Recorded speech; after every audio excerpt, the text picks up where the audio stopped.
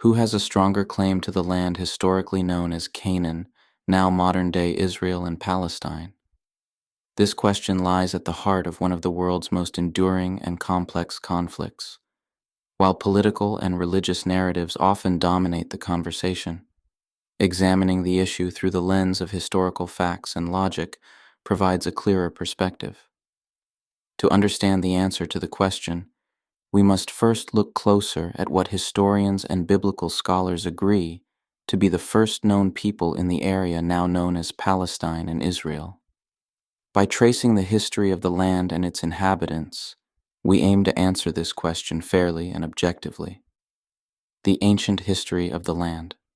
The Canaanites, the earliest known inhabitants. Archaeological evidence places the Canaanites in the region as far back as 3000 BCE, establishing them as the first known civilization to inhabit the land. They built cities, developed trade networks, and created a thriving culture that lasted for millennia. Egyptian records from the 15th century BCE refer to Canaan as a distinct region, highlighting its significance in the ancient world.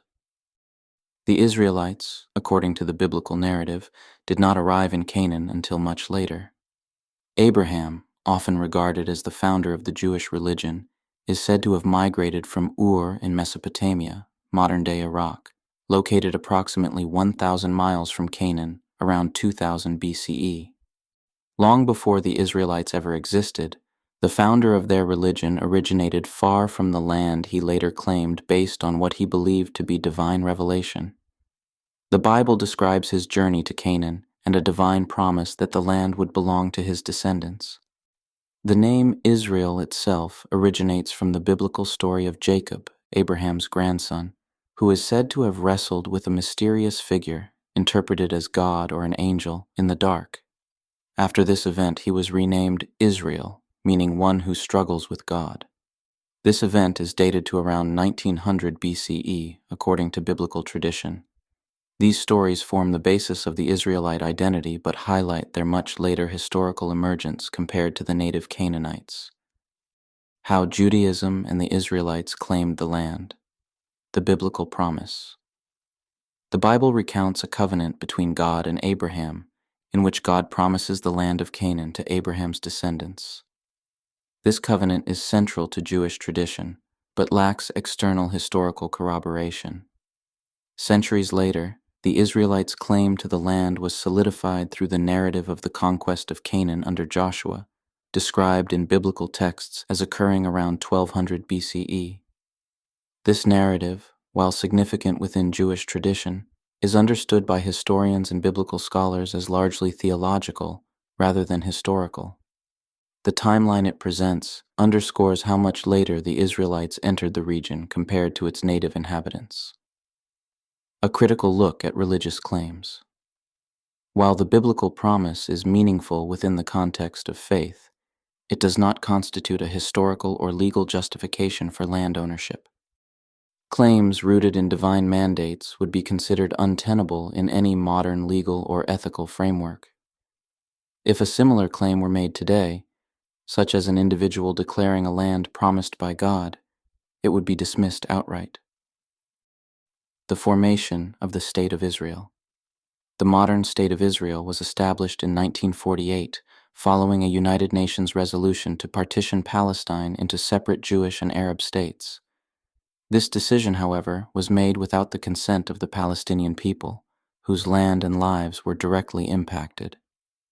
During the foundational events of the Nakba catastrophe, approximately half of Palestine's predominantly Arab population, or around 750,000 people, were forcibly expelled from their homes or made to flee through various violent means. Initially displaced by Zionist paramilitaries and later by the Israeli military, Palestinians experienced the destruction of over 500 Arab-majority towns, villages, and urban neighborhoods, many of which were completely demolished or repopulated by Jewish settlers and renamed in Hebrew.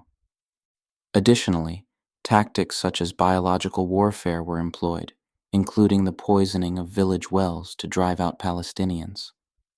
By the end of the war, 78% of the total land area of the former Mandatory Palestine was controlled by Israel, leaving a fractured Palestinian society and a legacy of suppression of their culture, identity, and political aspirations. The Nakba also initiated a long-standing rejection of the right of return for Palestinian refugees and their descendants, further entrenching the dispossession of Palestinians. Unlike the Israelites, whose arrival in the region is dated to around 1200 BCE, Palestinians' ancestry links them strongly to the native Canaanites, whose presence predates the Israelite narrative by thousands of years. Multiple recent genetic studies reinforce this connection. For example, a 2020 study found that Palestinians and other Arabic-speaking Levantine populations, like Lebanese, Druze, and Jordanians, derive 81 to 87% of their ancestry from Bronze Age Levantines, including the Canaanites. Furthermore, a 2021 study conducted by the New York Genome Center revealed that modern Palestinians share predominant DNA components with Canaanites who lived in the region around 2500 to 1700 BCE. While their Canaanite heritage forms the core of their ancestry, the genetic history of Palestinians also reflects the region's diverse cultural exchanges, including 8 to 12% admixture from East African sources and 5 to 10% from Bronze Age Europeans. This uninterrupted connection to the region underscores the native status of Palestinians as descendants of the earliest known inhabitants of the land. The logical conclusion. Evaluating historical claims. From a historical perspective, the claim to the land based on continuous presence holds far greater weight than one based on religious narratives. The native Canaanites were in the region for at least 1,800 years before the Israelites emerged, and modern Palestinians carry the genetic and cultural legacy of these ancient peoples. The Israelites, while historically significant, represent a later arrival and a culture that developed much later in the region's timeline. A fair answer to the question based on historical facts and logic: Palestinians have a deeper ancestral connection to the land than modern Israelis, whose claim relies heavily on religious tradition rather than continuous historical presence. Furthermore, Palestinians have maintained a continuous presence in the land for centuries, whereas modern Israelis only established a presence in 1948 with the creation of the State of Israel. Importantly, it must be noted that modern Israelis and ancient Israelites are two entirely different groups of people. The ancient Israelites were a Semitic people who emerged in the region thousands of years ago, while modern Israelis are a diverse population, primarily composed of Jewish people from various parts of the world who immigrated to the land in the 20th century under the Zionist movement. These facts highlight how native groups lived in the region long before and long after the Israelites, while the modern Israeli presence is a relatively recent historical development. By grounding discussions in historical truth and logic, we can better understand the deep-seated roots of the conflict and strive for a resolution that acknowledges the region's rich and complex history.